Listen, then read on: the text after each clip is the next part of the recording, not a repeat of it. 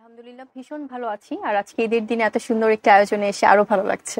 Cinema নিয়ে তেমন একটা আলোচনায় থাকেন না শবনম বুবলী, বরং ব্যক্তিগত জীবন নিয়ে চর্চায় থাকেন তিনি। এই যেমন এবার রোজার ঈদে মুক্তি পেয়েছে দেয়ালের দেশ ও মায়া নামের দুটি সিনেমা। একই উৎসবে কোনো নায়িকার দুটি ছবি মুক্তি পাওয়া চারটিখানি কথা নয়, সেই হিসেবে তার আকাশে ওড়ার কথা। কিন্তু অমীমাংসিত দাম্পত্য জীবন সম্পর্কিত বক্তব্যের কারণে এখন তার মাটিতেই অবস্থান। ওটা তো সবসময়ই রয়ে যাব, যতই সন্তান হোক আমার বা পরিবার হোক। সম্প্রতি ঈদ উপলক্ষে একটি টিভি চ্যানেলে অতিথি হয়েছিলেন বুবলী। সেখানে তার একটি মন্তব্য ঘিরে সরগরম নেট পাড়া। শাকিব খানের সঙ্গে বিয়ে ও বর্তমান সম্পর্ক আলাদা থাকা এবং সন্তান শেহজাদ খান বীরকে মনের আগুন বলেছেন তিনি। বীরকে যেটা হয়, আমি ছোটবেলা থেকে ওকে পাঞ্জাবিটা খুব পড়ানো। হ্যাঁ, শাকিব খানের সঙ্গে বুবলীর আনুষ্ঠানিক বিচ্ছেদ হয়েছে কিনা এ নিয়ে এতদিন কুয়াশার মতো অস্পষ্ট ছিল। সাক্ষাৎকারে তিনি এই নিয়ে কথা বলেছেন। শরতের সোনা রোদের মতো পরিষ্কারভাবে জানিয়েছেন তাদের এখনো বিচ্ছেদ হয়নি। তাই আমরা নিচে আমাদের ডিভোর্স কথায় কথায় অপু বিশ্বাস ও তার ছেলে আব্রাহাম খান জয়ের প্রসঙ্গ তুলেন বুবলী। তিনি জানান, বীরকে নিয়ে যখন সাকিব খানের সঙ্গে সময় কাটান তখন জয়কে নিয়ে হাজির হন অপু বিশ্বাস। বিস্ফোরক মন্তব্য করেন বুবলী। তিনি জানান, সাকিবের সঙ্গে অপুর আদৌ বিয়ে হয়নি, কারণ তাদের দুজনের ধর্ম আলাদা। তাছাড়া এ নায়িকা মনে করেন কোন সম্পর্কে যখন তৃতীয় কেউ ঢুকে পড়ে তখন তাতে ফাটল ধরে। শাকিব খানের সাথে অপু বিশ্বাসের এবার আমি এমন শুনেছি হিন্দু মুসলিম কিভাবে বিয়ে হলো। আছে উনি যদি হিন্দুই থাকে, কানাঘোষা হচ্ছে বুবলির এমন বক্তব্যের পর ভীষণ বিরক্ত হয়েছে অপু। সাকিবের প্রতি অভিমানও জন্মে তার। সে কারণে ঈদে জয়কে নিয়ে তার বাড়িতে যেতে চাননি তিনি। পরে প্রাক্তন স্বামীর অনুরোধে তার এই অভিমান ভাঙ্গে।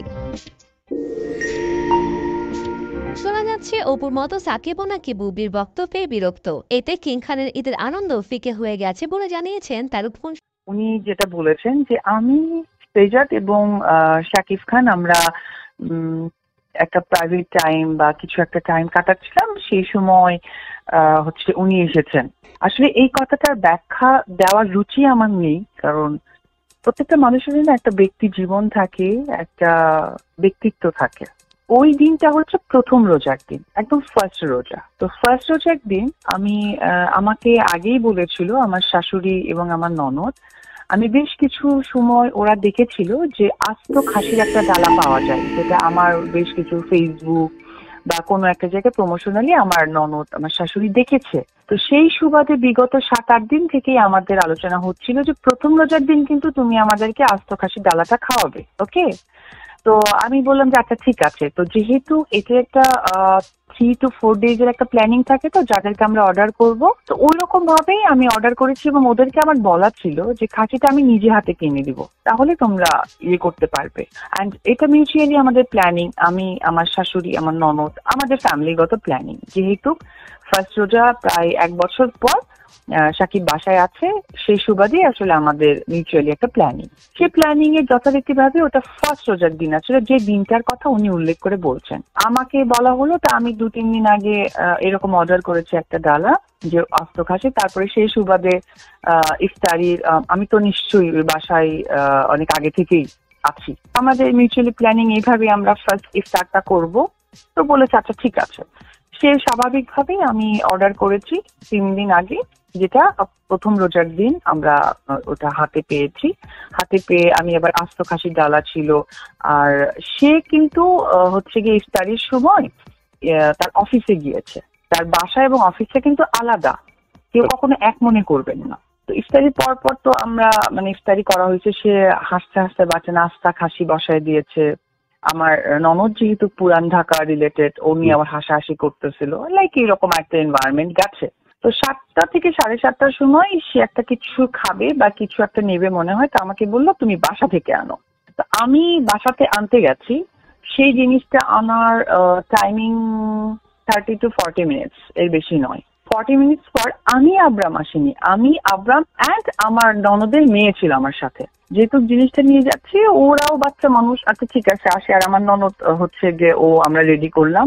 রেডি করার পর একটু কথা টথা বলতে বলতে কিছুটা সময় লেগে গেছে। পরে এসে আমি দেখি যে গেটের বাইরে একটা হিল।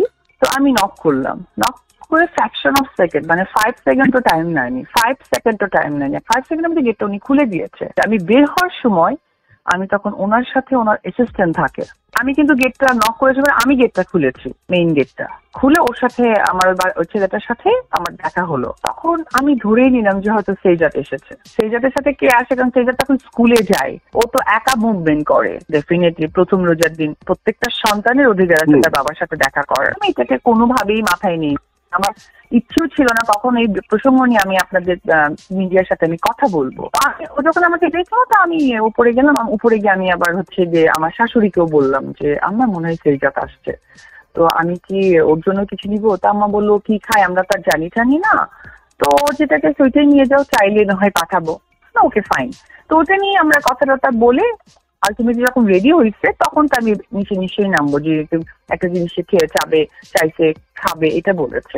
আমি যখন নেমেছি তখন হচ্ছে গেটের বাইরে আমি দেখে আমি নক করার সাথে সাথে খুলেছে। বাচ্চা খেলছিল, বাচ্চা রুমে টিভিতে ওয়েলস অন দ্য বাস দেখছিল, আর সে একটা চেয়ার দেওয়া ওখানে রুমের মধ্যে দেখলাম, চেয়ার নিয়ে এবং আমি ওই সময় তখন আমি নোটিস করলাম যে হয়তো বা উনি তার অ্যাসিস্ট্যান্ট সহকারে ওই বাসায় যে দুজন ছেলে থাকে সাকিবের সাথে সারাক্ষণ, তাদেরকে বোঝানোর কারণে হয়তো বা রুমটা লক করেছে, আদার্স কোনো কারণই নাই। উনি বারবার মানুষকে জানানোর চেষ্টা করছে, বারবার মানুষকে বোঝানোর চেষ্টা করছে, তো এটা ছাড়া কোনো কারণ নেই। আর উনি যেটা বলেছেন আমি আবরাম না, আমার সাথে আমার ননদের মেয়েটাও ছিল নামিরা, ঠিক আছে, কারণ আমি তো বাসাতেই ছিলাম, আমি হঠাৎ করে ওনার জন্য আসি নাই। তো উনি যেটা মানুষের কাছে প্রুফ করতে চান, ভেরি অড। হ্যাঁ, আর সব থেকে ইম্পর্টেন্ট ব্যাপার হচ্ছে উনি নিজে ছোট হচ্ছেন নাকি কাউকে ছোট করার চেষ্টা করছেন আমি জানি না। আমি খালি এটুকুই বলবো ওনার উদ্দেশ্যে, যদি ওনাকে নিয়ে ওনার নামটা ধরায়, ওনাকে নিয়ে কথা বলার বিন্দু মাত্র রুচিতে আমার আসে না, এখন আরো আসছে না, কারণ যেখানে সেজাত থাকে সেখানে বারবার উনি আজকে বিগত 1 বছর ধরে একই ওয়ার্ড বারবার উনি রিপ্লাই করছেন যে আমরা একটা কোয়ালিটি টাইম। তো সেজাতের যেহেতু এখানে আবির্ভাব আছে, কোয়ালিটি টাইমটা বারবার আমার দর্শক বা ফ্যান ফলোয়ার কাছে তুলে ধরার কোনো যুক্তি আসে না।